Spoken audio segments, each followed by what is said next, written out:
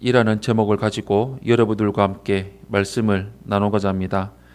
하나님께 거하는 삶을 삽시다. 이사야 강의 7번째 시간입니다. 드디어 오랫동안 하나님을 떠나서 하나님의 공의와 정의가 서야 할 곳에 자신들의 욕망과 죄악의 우상을 세웠던 자들에 대한 법정이 열립니다.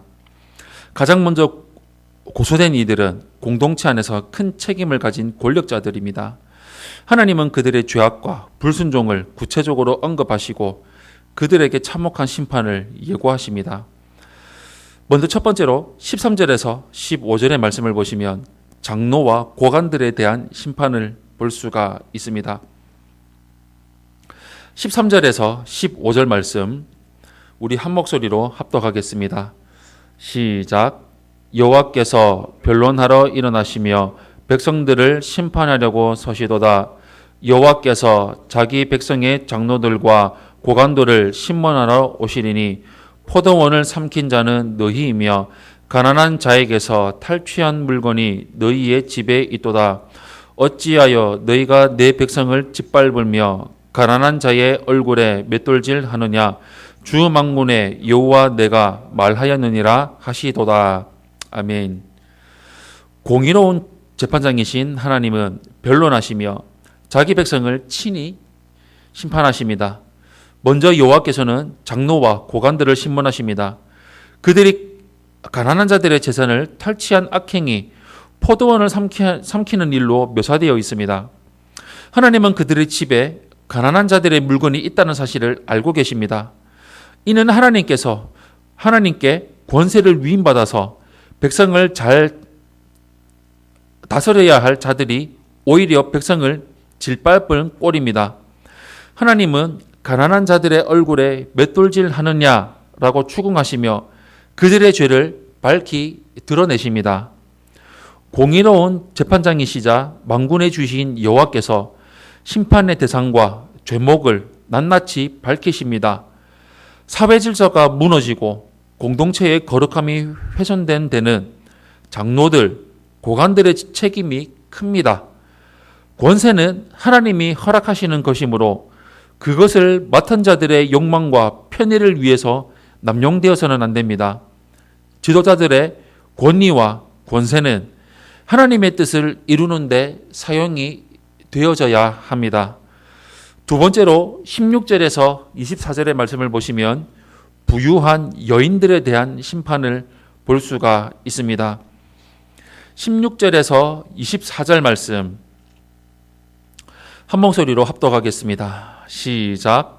여호와께서 또 말씀하시되 시온의 딸들이 교만하여 느린 목 정을 통하는 눈으로 다니며 아기작거려 걸으며 발로는 쟁쟁한 소리를 낸다 하시도다.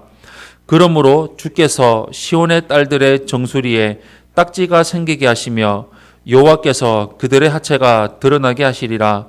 주께서 그날에 그들이 장식한 발목고리와 머리의 망사와 반달 장식과 귀고리와 팔목고리와 얼굴 가리개와 화관과 발목 사슬과 띠와 향합과 호신부와 반지와 코고리와 예복과 겉옷과 목도리와 손주머니와 손거울과 세마포 옷과 머리 수건과 노을을 제하시리니 그때에 썩은 냄새가 향기를 대신하고 노끈이 띠를 대신하고 대머리가 숱한 머리털을 대신하고 굵은 베옷이 화려한 옷을 대신하고 수치스러운 흔적이 아름다움을 대신할 것이며. 아멘.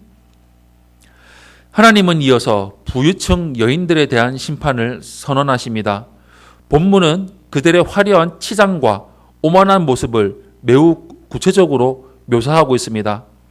느린 목은 교만한 태도를, 정은 통하는 눈은 정숙하지 못한 행태를, 걸음걸이에 대한 묘사는 향락을 쫓는 모습을 말합니다.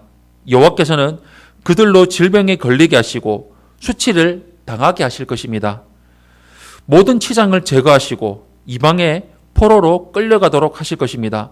썩은 냄새, 노끈, 대머리, 굵은 베옷, 수치스러운 흔적 등의 표현은 이들이 포로로 끌려가는 상황을 연상시킵니다. 하나님의 심판은 각 영역과 대상별로 구체적이며 강력하게 예고되고 있습니다. 마지막 세 번째로 25절에서 4장 1절 말씀을 통해 슬픔과 황폐함으로 가득 찰 시온성을 볼 수가 있습니다. 우리 한 목소리로 합독하겠습니다. 시작. 너희의 장정은 칼에, 너희의 용사는 전란에 망할 것이며 그 성문은 슬퍼하며 곡할 것이요 시온은 황폐하여 땅에 앉으리라. 그날에 7 여자가 한 남자를 붙잡고 말하기를 우리가 우리 떡을 먹으며 우리 옷을 입으리니 다만 당신의 이름으로 우리를 부르게 하여 우리가 수치를 면하게 하라 하리라. 아멘. 결국 유다 백성은 전쟁을 통해 하나님께 심판을 받을 것입니다. 수많은 군인들이 칼에 맞아 죽을 것입니다. 많은 남자가 전쟁터에서 죽은 탓에 유다 사회에는 여자가 많이 남을 것입니다. 결혼하지 못하는 것은 당시 여성들에게 큰 수치였기 때문에 7 여자가 한 남자를 붙들고 결혼해달라고 애원할 것입니다. 그들은 남편을 얻기 위해서 남자에게 경제적인 부담도 지우지 않으려고 합니다. 슬픔에 가득 찬 유다 땅은 나날이 황폐해질 것입니다. 하나님은 약속의 땅에서 죄악을 멸절시키십니다. 악행을 저지른 자들에게 그에 합당한 보응을 겪게 하시며 타락한 사회를 뒤엎으십니다. 이는 죄를 완전히 없앤 후에 그 터전 위에 하나님의 나라를 다시 건설하시기 위함입니다. 사랑하는 성도 여러분, 하나님의 심판은 참혹합니다.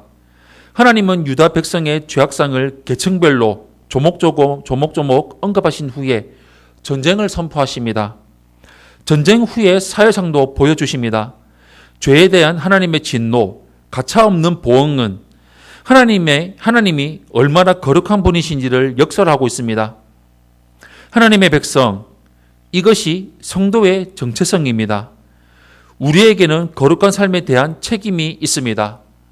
정체성을 잃어버리고 책임을 져버릴 때 하나님은 성도의 삶에 혹독한 역경을 주십니다. 역경을 통해 십자가로 나아올 수밖에 없게 만드십니다.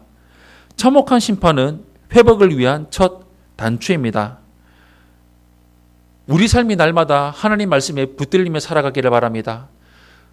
평생토록 말씀에 순정하며 말씀을 붙들고 살아가는 우리 성도님들이 되시기를 예수님 이름으로 축원합니다.